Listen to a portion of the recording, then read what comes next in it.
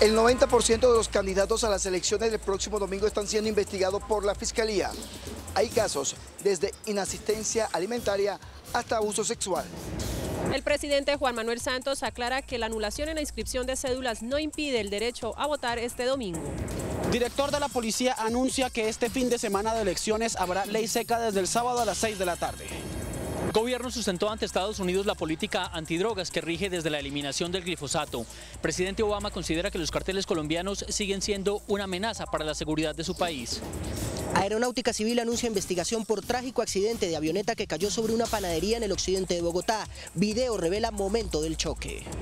La firma de autorización de un paciente no exime de responsabilidad a las entidades de salud por una mala práctica médica.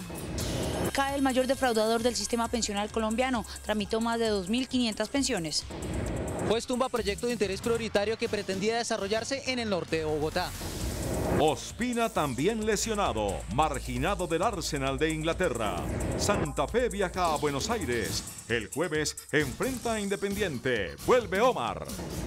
Se conmemoran 30 años del estreno de la película Volver al Futuro. Al final de la emisión los esperó con una réplica del icónico carro que aparece en la cinta para unirnos a este festejo mundial. Ahí nos vemos. Buenas noches. Estos son nuestros secretos de hoy. 1. La Organización Mundial de Comercio intervino una medida ecuatoriana. 2. Despelote en el Consejo Electoral. 3. Última encuesta electoral del Centro Nacional de Consultoría para alcalde de Bogotá. 1, 2 y 3 al cierre.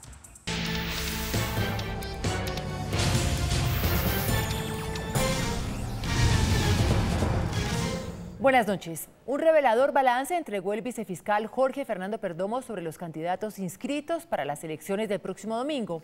Según el funcionario, el 90% de los aspirantes, es decir, 103.000, tienen investigaciones en la Fiscalía. Cifras preocupantes que hablan de la condición legal de la mayoría de candidatos que aspiran en las elecciones del próximo 25 de octubre, entregó hoy la Fiscalía General de la Nación. El 90% de los aspirantes tienen investigaciones. Los 114.000 candidatos inscritos a estos cargos de elección popular, 103.000 tienen investigaciones en la Fiscalía. Y hay investigaciones de todo tipo, desde denuncias por alimentos hasta denuncias por vínculos con organizaciones armadas ilegales. Incluso hay candidatos que se inscribieron que están siendo investigados por delitos sexuales. Hizo un llamado a los partidos políticos. Que los partidos políticos solo avalen a aquellas personas que precisamente sobre las cuales se tenga certeza de su idoneidad para llegar a un cargo de elección popular. Es un poco el llamado porque hay una ventanilla única que es donde se consultan o donde los partidos consultan para dar los avales. Y resulta que consultan, pero terminan dándole avales a todo el mundo. Entonces la verdad es que el sistema de ventanilla única no está sirviendo para nada. El vicefiscal asistió en Barranquilla al acto en que la alcaldía le entregó su antigua sede a la Fiscalía para que instale allí su complejo judicial en la capital del Atlántico. De otra parte, el presidente Juan Manuel Santos exhortó a los colombianos a votar el próximo domingo y explicó que a quienes se les anuló la inscripción de la cédula podrán ejercer el derecho al sufragio en el lugar donde lo han hecho tradicionalmente. Luego de la reunión de la mesa de seguimiento por la transparencia electoral, el presidente aseguró que las personas que se sienten perjudicadas primero pueden votar y aconseja a partir de mañana ingresar a la página web de la registraduría para saber dónde lo pueden hacer este domingo. Quienes consideran que su inscripción ha sido anulada injustamente pueden de todos modos votar, como lo dije anteriormente, en el sitio donde lo hicieron en la ocasión anterior, pero si son nuevos votantes, en donde les expidieron su cédula. El ministro del Interior señala que lo que debe quedar claro es que no se está quitando el derecho al voto, así hayan sido declarados con alguna irregularidad de transhumancia. Es una decisión contra las mafias del trasteo de votos y es una decisión histórica que el Consejo Electoral tomó, que la Registraduría tomó y que el Gobierno Nacional ha venido apoyando, porque así es como podemos controlar el fraude en las elecciones locales. El Consejo Nacional Electoral tomó la decisión de revocar la resolución de transhumancia en Bogotá. Por lo tanto,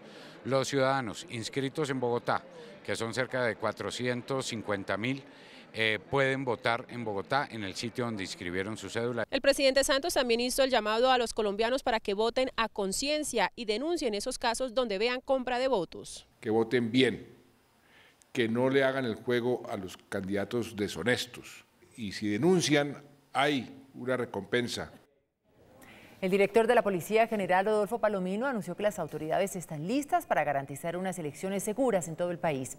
Desde el sábado a las 6 de la tarde habrá ley seca en todo el territorio nacional. En total, 186.000 policías estarán listos para garantizar la seguridad de las elecciones este domingo. Sin embargo, las medidas restrictivas iniciarán el sábado. Ley seca que va a iniciar, para que desde ya nos preparemos, desde el próximo sábado a las 6 de la tarde. Además, previo a la contienda electoral, el Plan Democracia de las autoridades ha arrojado resultados históricos en materia de capturas. Se han podido capturar 23 personas por delitos electorales. De estas 23 personas, 12 han sido candidatos que precisamente han sido capturados por estar inmersos o incursos en un delito asociado al proceso electoral. La ley seca irá hasta las 6 de la mañana del lunes 26 de octubre. Por su parte, la Procuradora Delegada para Asuntos Electorales, María Eugenia Carreño, entregó varias recomendaciones para que los servidores públicos eviten el uso de redes sociales para hacer proselitismo. La delegada del Ministerio Público señaló que los funcionarios públicos no pueden utilizar las redes sociales para hacer propaganda política. Adicionalmente, dijo que 4.800 funcionarios de la Procuraduría estarán atentos a recibir quejas por irregularidades que puedan afectar el desarrollo de la jornada electoral. El Consejo Nacional Electoral aceptó la renuncia de uno de sus funcionarios, quien registraba antecedentes criminales, como lo denunció el columnista Daniel Coronel. El presidente del Consejo, Emiliano Rivera, dijo que ese organismo está en la meta de cero tolerancia con la corrupción. Daniel Coronel, en su columna de la revista Semana, aseguró que William Pacheco, asesor del despacho del presidente del Consejo Electoral, fue oficial de la policía y comenzó una macabra historia en 1991 con la desaparición de un joven. Pacheco renunció hoy a su asesoría argumentando que es víctima de una persecución del periodista. El ministro de Defensa, Luis Carlos Villegas, sustentó ante representantes del gobierno de Estados Unidos los alcances de la nueva política antidrogas que suprime las fumigaciones con glifosato. En reunión en el Ministerio de Defensa, el ministro Luis Carlos Villegas y los comandantes de policía y fuerzas militares explicaron cada uno de los componentes que van desde la erradicación manual de cultivos hasta la persecución del lavado de activos producto del narcotráfico. Tuvimos la oportunidad de hablar in extenso sobre el nuevo plan antidrogas en todos sus capítulos. El funcionario destacó la comprensión del gobierno de Estados Unidos a las nuevas circunstancias. Recibió este plan un apoyo muy importante del gobierno de los Estados Unidos. Es nuestro principal cooperante en esta materia. Hoy, en carta al Congreso estadounidense, el presidente Barack Obama pidió mantener el estado de emergencia por el riesgo que representa el narcotráfico. Las acciones de traficantes de drogas centradas en Colombia siguen siendo una extraordinaria amenaza a la seguridad nacional, la política exterior y la economía de Estados Unidos. Este año, autoridades colombianas han incautado unos 70 millones de dólares en cocaína. La Aeronáutica Civil abrió una investigación para determinar las causas del accidente de una avioneta que cayó sobre una panadería en el occidente de Bogotá. Un impactante video de seguridad reveló el momento del infortunado hecho. En este video de seguridad se ve el momento exacto de la explosión en la panadería La Villa Suiza por la caída de una avioneta en el occidente de Bogotá. En medio de las llamas, un hombre ingresa para auxiliar a otras personas que se estaban quemando. En otro video se ve cómo el avión cae sobre el barrio. El pánico se adueñó de las personas que con piedras y extintores intentaban romper las ventanas para rescatar a quienes estaban envueltos en llamas. Los 4 tripulantes de la avioneta fallecieron, entre ellos el capitán Juan Pablo Angulo, quien tenía 15 años de experiencia. Entre las víctimas falleció Osana Corso de García, una mujer de 75 años, dueña de la vivienda y quien era considerada líder por la comunidad religiosa del sector. Según explicó la Aeronáutica Civil, el piloto que manejaba la avioneta accidentada no entregó ningún reporte por anomalía mecánica en el avión. No hay un plan de vuelo que nos pueda determinar o establecer qué otra operación iba a realizar, si iba a cumplir otro tipo de itinerario. La aeronáutica afirmó que este tipo de aeronaves no tienen caja negra, lo que hace más difícil la investigación. El avión iba a recoger al expresidente Andrés Pastrana, quien se refirió al tema en su cuenta de Twitter. Presidente Juan Manuel Santos, ¿habrá investigación oficial nacional e internacional de siniestro de avioneta antes de desaparecer evidencia? En total, 6 personas han fallecido por el trágico accidente. Además, 4 adultos y un menor de edad se encuentran en cuidados intensivos.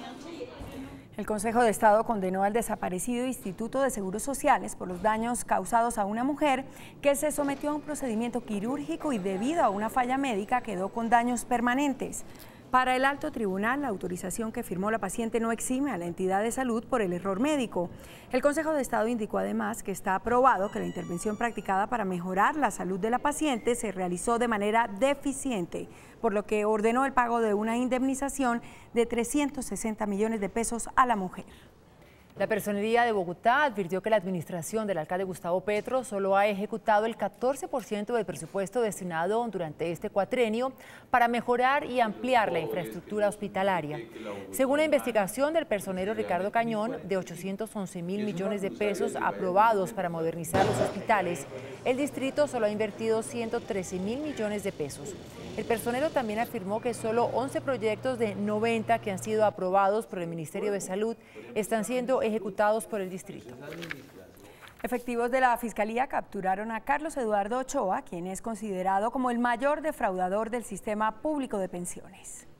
Este es el momento cuando el CTI de la Fiscalía captura al abogado Carlos Ochoa, de tan solo 34 años y quien desde hace casi 10 venía defraudando al sistema pensional. Obtener el poder de maestros para luego ellos obtener documentos falsos y así certificar o mayor tiempo de servicio o mayor salario devengado para obtener así pensiones de mayores montos. Fue así como tramitó ante Cajanal 1.500 pensiones de profesores en Magdalena y a los cuales les cobraba el 30% de comisión. Hay funcionarios públicos involucrados. Su actuar criminal se extendió a Cundinamarca, donde con el mismo modus operandi reclamó más de 1.495 mesadas. De esas 2.400, la gobernación certificó como falsas el 94%. Y de ese 94%, el 97% de esas solicitudes fueron tramitadas a través de 4 apoderados. La Fiscalía ha recibido otras denuncias de fraude por parte de Ochoa en Antioquia, Eje Cafetero y otros departamentos de la costa. Un fallo de una acción popular tumbó el proyecto de vivienda del alcalde Gustavo Petro, que pretendía construir 300 viviendas de interés prioritario en parqueaderos del IDUM ubicados en el norte de Bogotá. En la decisión, el despacho le ordena al distrito que se proceda de forma inmediata a la liquidación del contrato. El principal argumento del juez indica que un acuerdo del Consejo de Bogotá prevé que el precio de las viviendas VIP no puede ser superior a 50 salarios mínimos, es decir, 32 millones de pesos, y por metro cuadrado de 644.000 pesos. Sin embargo, los predios establecidos por el IDU tienen un precio por metro cuadrado de hasta 6.600.000 pesos, superando ampliamente el máximo permitido. La acción popular que logró frenar el proyecto fue impulsada por el concejal de Bogotá, Roberto Inestrosa. En su cuenta de Twitter, el alcalde Petro reaccionó. Bajo la Constitución, ¿cómo se puede impedir a una víctima que pueda vivir en estratos altos? ¿No es un apartheid social? El gobierno reveló que posee un registro de más de 45.000 denuncias de personas desaparecidas por cuenta del conflicto armado. Dentro del acuerdo con las FARC sobre desaparecidos habrá medidas inmediatas humanitarias de búsqueda, identificación y entrega de restos antes de la firma del acuerdo final. Tenemos un total de 45.646 víctimas registradas que dicen que sus familiares no volvieron a aparecer en el marco, obviamente, del conflicto. Humberto de la Calle dice que las FARC deben entregar información al Comité Internacional de la Cruz Roja para que busquen a los desaparecidos. No se trata de un cese de operaciones, claro, si en algún lugar donde haya que acudir con el CICR para rescatar unos gestos, pues lo mismo que ocurre cuando se entrega un secuestrado, que claro, naturalmente no podía haber ahí un combate. El acuerdo sobre intercambio de información para que las víctimas sepan qué pasó con sus seres queridos, dónde pueden estar, es ya un paso concreto para finalizar la guerra. El gobierno aclara que la Unidad Especial de Búsqueda de Desaparecidos tendrá una labor operativa y no para buscar responsables penales. El exalcalde de Bogotá, Samuel Moreno, realizó una nueva maniobra para dilatar el inicio del juicio en su contra por el millonario contrato de ambulancias dentro del llamado carrusel de los contratos. Esta vez Moreno, en plena audiencia, le revocó el poder a su abogado, hecho que obligó al juez a suspender la diligencia y otorgarle una semana al exalcalde para que nombre un nuevo defensor. Se espera que el próximo 3 de noviembre por fin se pueda dar inicio al juicio. El senador Iván Cepeda fue notificado de una investigación en su contra por parte de la Procuraduría General. Cepeda aseguró que se trata de una persecución y que acudirá a instancias internacionales. Es evidentemente un cobro de cuentas el que hay aquí. Así respondió el congresista por presunta extralimitación de funciones cuando fue representante a la Cámara. Además anunció que acudirá a instancias internacionales. Digamos, las vías de defensa, una de ellas es el sistema interamericano y bueno, vamos a apelar a la opinión pública. Aquí este es un procedimiento abiertamente injusto. En el pliego de cargos de 110 páginas, el Ministerio Público señala que el congresista le habría solicitado a 2 ex paramilitares en la cárcel de Itagüí que declararan en contra del expresidente Álvaro Uribe. Por ejemplo, a Gabriel Muñoz Ramírez, alias Castañeda, le habría dicho: yo le doy un papelito a usted y le anoto qué es lo que va a hablar del doctor Álvaro Uribe, según el testigo, a cambio de beneficios. Claro. Autoridades económicas de diferentes países, expertas en legislación de libre competencia y reunidas en Cartagena, aseguraron que se deben endurecer las sanciones económicas y penales a quienes promuevan carteles empresariales. Los asistentes al evento fueron recibidos por el superintendente de Industria y Comercio, Pablo Robledo, quien aseguró: llegan ustedes a Colombia en el momento institucional más importante de la libre competencia en el país. Tienen que ser lo suficientemente grandes, fuertes las sanciones para ser disuasivas y para poder sancionar adecuadamente una práctica de este tipo. Durante el encuentro analizaron las recientes sanciones impuestas en Colombia y sostienen que la multa impuesta por la superintendencia por 320.000 millones de pesos contra el cartel del azúcar es baja con respecto a otras sanciones que se colocan en países de América Latina. En Brasil más o menos hay 300 casos de investigaciones de cárteles con multas que llegaron a más o menos $1 billón.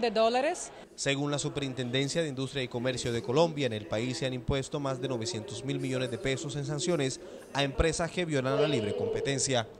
La inversión extranjera en Colombia cayó 24,8%. De acuerdo con el informe de la balanza cambiaria del Banco de la República, la inversión se desplomó de $12.146 millones en septiembre de 2014 a $9.128 millones en igual periodo de 2015. La disminución obedece a las menores inversiones en el sector petrolero, que cayeron más del 33%. El presidente de la Asociación Bancaria de Colombia, Santiago Castro, alertó sobre un aumento en el fraude electrónico. El aumento en las denuncias por fraudes electrónicos y robos a usuarios de entidades bancarias es un tema que aún preocupa a las autoridades. 11 denuncias diarias de fraudes asociados a delitos informáticos. Y estos delitos informáticos dejaron pérdidas financieras superiores a 80.000 millones de pesos solo en el año 2014. Los usuarios son vulnerados por los delincuentes con modalidades de robo que son constantemente advertidas. El fleteo y el taquillazo. Tenemos la suplantación de funcionarios, tenemos el cambiazo. Reiteró recomendaciones como el cambio de clave y no entregar información personal para disminuir este tipo de fraudes.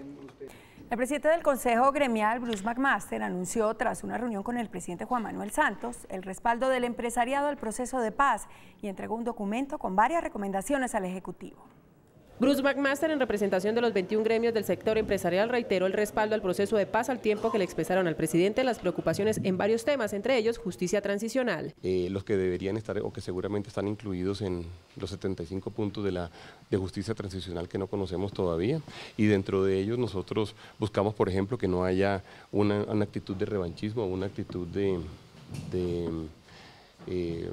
¿cómo llamarlo? Como de venganza, correcto, como de venganza hacia la población civil o hacia las fuerzas militares o hacia el empresariado. Por su parte, el presidente Santos les manifestó que esta paz no significa ningún peligro para el desarrollo económico, sino que será un gran impulso donde se respetará la propiedad privada. Una auditoría de la Contraloría General calificó como desfavorable la gestión de la rama judicial por la presunta mala administración de recursos. Para el organismo de control continúa una deficiente ejecución de proyectos de inversión por parte de la rama judicial. Señala que entre 2010 y 2014 se pagaron 25.000 millones de pesos de intereses moratorios en fallos en su contra. Advierte además sobre retrasos en algunas obras para la modernización de edificios y despachos judiciales en el país. El director de Planeación Nacional, Simón Gaviria, reveló que en promedio las pérdidas de agua en Colombia alcanzan el 43%. De acuerdo con el informe de Planeación Nacional, el promedio de las pérdidas de agua potable en Colombia alcanza el 43%. El 58% de la población atendida por empresas con menos de 2.500 suscriptores no recibe el líquido apto para el consumo humano. Por ello, considera el gobierno urgente ordenar la fusión de algunas empresas del sector. Incentivos regulatorios correctos, la mejor articulación de fuentes de inversión. El funcionario señaló que las inversiones para el sector en materia de infraestructura alcanzarán los 44 billones de pesos en los próximos 10 años. Para aprobar 536.000 millones de pesos adicionales para el sector agua. Las regiones del Caribe y el Pacífico registran una cobertura por debajo del promedio nacional. Por su parte, el presidente Juan Manuel Santos advirtió que la sequía será crítica y se sentirá con más fuerza a finales del año y a comienzos de 2016. El gobierno advirtió que la temporada más seca aún está por venir. Lo que se viene es crítico, porque además se une la época de sequía, que es usualmente a finales de año, o sea, después de mediados de diciembre, con la época de comienzos del próximo año. Los costos que ya deja la sequía son millonarios. 120.000 millones de pesos hemos invertido en lo que va corrido el año. Frente a la elección de los directores de las CAR, el Ministerio de Ambiente dijo que 12 corporaciones no acataron su recomendación de aplazarlas hasta después del 25 de octubre. El índice de capitalización de la bolsa, que mide el comportamiento de las 20 principales acciones, cerró a la baja.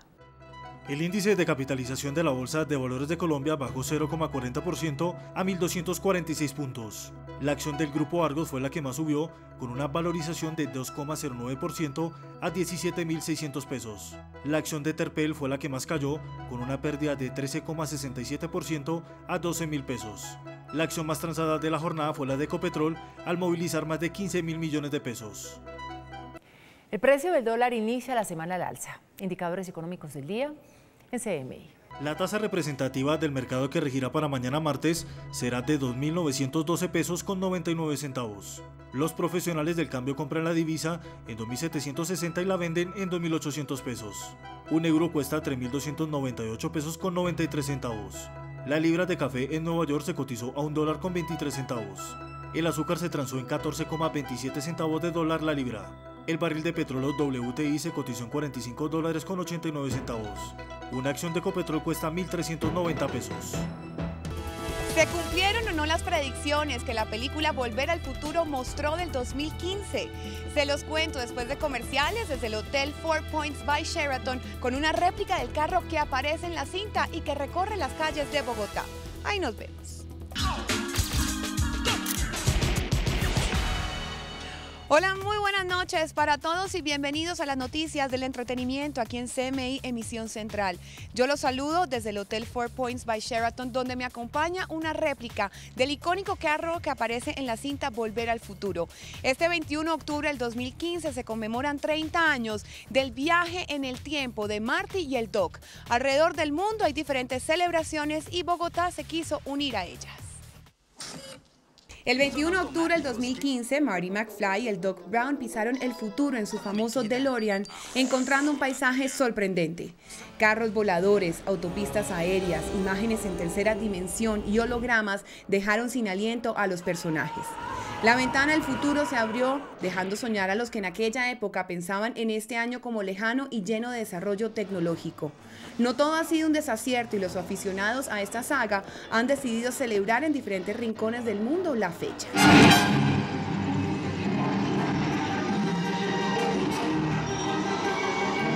Marcas participantes en la película han decidido lanzar los productos que diseñaron especialmente para la cinta. Conciertos, fiestas y museos están listos para recibir a quienes quieran recordar cada momento. Bogotá tiene en sus calles circulando una réplica del carro para animar a sus seguidores a la fiesta que se llevará a cabo el miércoles. Vamos a tener instalaciones de realidad virtual para que la gente se ponga unas gafas y pueda sentirse metido en ese mundo del futuro que viajaban pues en la película. Vamos a tener instalaciones con la Torre del Reloj y los actores del Viejo Oeste. Vamos a tener un mapping con el DeLorean gigante, en proyección en el teatro adentro, y vamos a tener todo ambientado como El Encanto bajo el océano, que es el prom de los papás de Marty. Las barras están ambientadas, la gente está disfrazada, vamos a tener concursos de disfraces, la idea es que la gente vaya con su mejor disfraz. Doc, ¿cómo funciona la máquina? Bueno, muy bien, básicamente la máquina funciona como la máquina original, con el condensador de flujos, que es lo que impulsa el viaje hacia el futuro. Tenemos también nuestro tablero de luces, que es a donde se colocan las fechas para poder viajar en el tiempo. El futuro es nuestro presente y es el momento de celebrar con quienes se atrevieron a soñar cómo sería el mundo 30 años después. La moda no es exclusiva a las celebridades de Hollywood, pues ahora los futbolistas se han convertido en referentes sobre las últimas tendencias de peinado y tatuajes. Esto ha generado polémica en los clubes internacionales.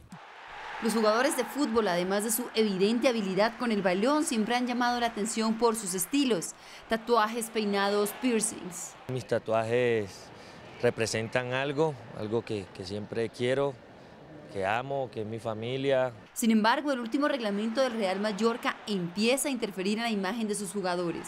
Tendencias y conductas que no sean acordes con el equipo no serán permitidas. Una determinación que por lo menos en nuestro país genera rechazo. Muy respetable, pero acá en Santa Fe nunca irá a pasar eso. Acá realmente lo único que se les pide es integridad, respeto por la institución. Eso encaja toda la urbanidad, todo lo que tiene que ver, pero en sus temas personales, tatuajes, piercing, eso realmente va en la personalidad de cada cual.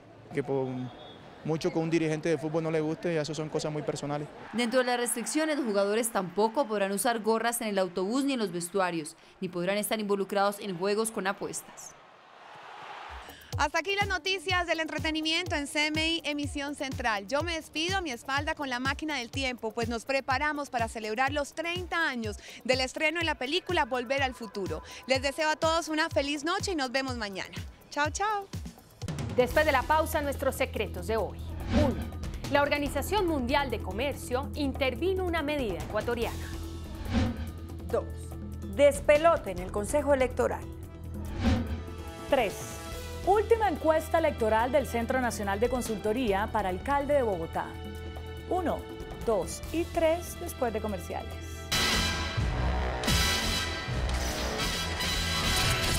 Estos son nuestros secretos de hoy. 1. El gobierno de Ecuador fue obligado por la Organización Mundial de Comercio, OMC, con sede en Ginebra, a desmontar las cargas tributarias que impuso a sus importaciones de Colombia y demás países de la comunidad andina. Antes de viajar esta tarde a Lima para asistir a una reunión andina, la ministra de Comercio, Cecilia Álvarez, aceptó responder una pregunta sobre el tema ecuatoriano. La ministra dijo lo siguiente: justamente el viernes pasado, en el marco de la OMC, Colombia hizo un fuerte pronunciamiento cuestionando la legalidad y la estructura de la medida ecuatoriana y logró que el tema de la salvaguardia se mantuviera en consultas en el seno de la organización. De este modo, Ecuador tendrá que comparecer periódicamente a explicar a la comunidad internacional qué acciones adelanta para eliminar la medida y a comprometerse con plazos concretos para su desmonte. La posición colombiana fue acompañada por 11 países, entre ellos Estados Unidos, la Unión Europea, Japón, Perú y Chile. Pelea ganada. 2. Un verdadero despelote armó el Consejo Nacional Electoral con la anulación de 1.605.000 cédulas bajo sospecha de transhumancia electoral o trasteo de votos, como se define popularmente. ¿Cómo serán las equivocaciones que uno de los miembros del mismo Consejo Nacional Electoral, la magistrada Yolima Carrillo, fue declarada transhumante, miembro del Consejo Electoral? En la misma condición fueron declarados el senador y jefe del Partido Liberal, Horacio Serpa Uribe, y el candidato a la alcaldía de Bogotá, Ricardo Arias. Con los dos ya corrigió y los habilitó para votar el domingo en Bogotá. Pero hay muchas más equivocaciones. Para reponer en algo sus errores, el Consejo revocó la resolución con la que anuló la inscripción de 76.000 cédulas en Bogotá. El Consejo presumió la transhumancia porque confundió el cambio de una localidad a otra con el cambio de un municipio a otro. Los magistrados anularon la resolución y declararon a Bogotá libre de trasteo de votos. Otra decisión criticada, no solo porque hay denuncias de transhumancia, sino porque el Consejo no revocó las resoluciones que anularon las inscripciones en el resto del país. En el Consejo hay una fuerte disputa a puerta cerrada. La magistrada Ángela Hernández, por ejemplo, a quien se le considera cuota del procurador, reveló hoy que salvó su voto en la decisión de anular las inscripciones en la capital de la República. Criticó la fórmula que utilizó el Consejo Electoral para anular las inscripciones a partir del cruce de datos del FOSIGA, el CISBEN y la Agencia para la Superación de la Pobreza. Según ella, esas bases no constituyen información confiable para determinar la residencia electoral del ciudadano en un municipio. Otro magistrado dijo que se sentará a rogar esta semana para que el domingo no haya azonadas en los municipios donde miles de ciudadanos no podrán ejercer el derecho al voto. 3. Última encuesta que acaba de realizar el Centro Nacional de Consultoría sobre las candidaturas para la alcaldía de Bogotá. Peñalosa 30%, Pardo 24%, Clara López 19%, Santos 11%, Arias 3%, Raisbeck 1%, Blanco 6%, no sabe, no responde 6%. El Centro Nacional de Consultoría muestra que la intención de voto es alta. Probablemente sí votaría 23%. Definitivamente sí votaría 77%. Vean este dato tan curioso. Votación según género. Los hombres votarían así. Peñalosa 34%, Pardo 22%, Clara 17%. Y las mujeres votarían así. Peñalosa 28%, Pardo 25%, Clara 20%. Y por partidos la votación sería así. Partido Liberal, Peñalosa 24%, Pardo 55%, Clara 6%. Partido Conservador, Peñalosa 57%, Clara 14%, Pardo 7%. Polo Democrático, Peñalosa 2%, Pardo 2%, Clara 88%. Esta es la ficha técnica de la encuesta. Hasta mañana, que descanse.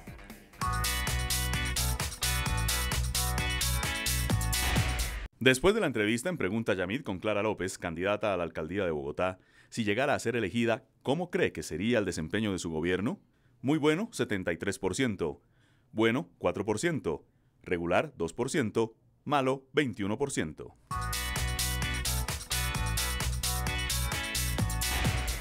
Hasta aquí las noticias. Gracias y buenas noches. Nos vemos mañana, como siempre, en CMI, La Noticia.